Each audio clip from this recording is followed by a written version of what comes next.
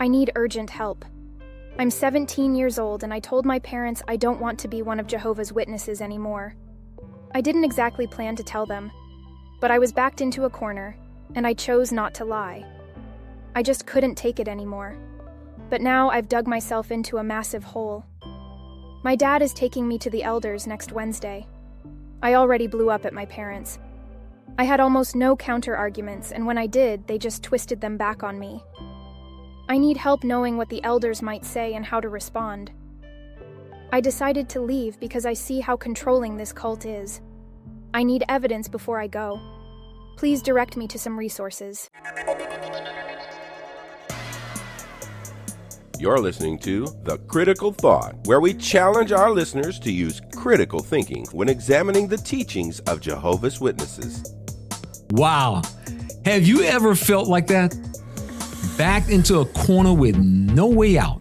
You know, many ex-Jehovah's Witnesses know that feeling all too well. We hear people say it all the time. I don't want to lie. I want to be honest. So they begin to express their true feelings. You know, I think this is wrong with the organization. I think that's wrong with the governing body. And they just continue on and on. And then they find themselves backed into a corner. And as this young person said, I have dug a hole. I need help.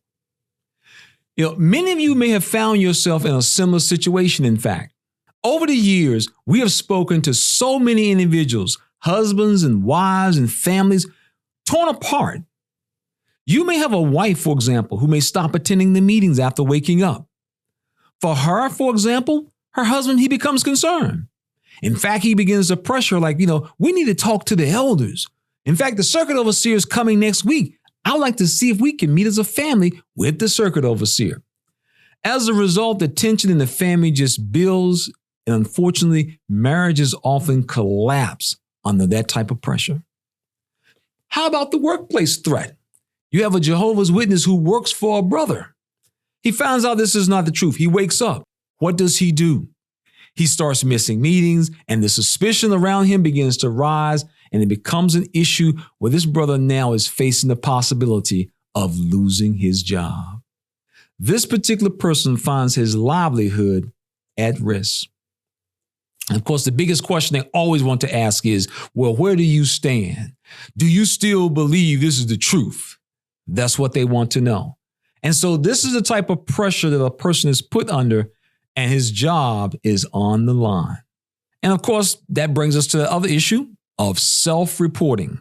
And that's the reason why the Jehovah's Witness wants to be honest. I got to let the brothers know exactly what I'm thinking. But in reality, you don't owe anyone an explanation if you're not ready to give one.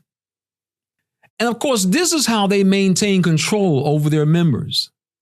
But really, it's really ironic because the Watchtower has spent over 130 years covering up inconvenient truths and misleading its members.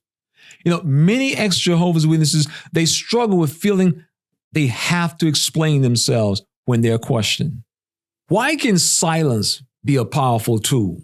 One of the biggest mistakes people make when they first wake up is talking too much and too soon. Did you know the Watchtower follows a very simple rule? If a person is unworthy of certain information, you have no obligation whatsoever to tell them. That's something that you need to learn. Before you meet with the elders, you got to understand their position. Elders and circuit overseers are nothing more than middle managers for the Watchtower Corporation. Just like the managers on your job who will often get you in meetings and say, speak your mind, speak freely, well, say whatever you want to say. Well, that's a setup. Well, the same when you meet with the elders and the circuit overseers. They will use what you openly and honestly share with them against you. For example, Franz gave an experience once of the governing body had sent a letter to a number of his key men, traveling overseers, branch overseers, city overseers. And they basically said, look, tell us about ourselves. Tell us how we're doing. Critique us, good, bad, indifferent. Well, these men had been part of the organization for 20, 30 years. They felt good. They felt we can say exactly what we feel. The brothers want to know. And what happened? They shared exactly how they felt, and the words that they used were turned around and used against them. All of a sudden, they begin to look at them out the corner of their eye. This is just a clear example of why it's important to be strategic in what you share and with whom you share it with. This can help you not to have to add any additional pain than you already have. Now let's talk about why you should avoid arguments with Jehovah's Witnesses. You see, let's be real. You don't want to have an argument with a Jehovah's Witness. Why? Because you will never win. You see, they are not listening to understand what you have to say.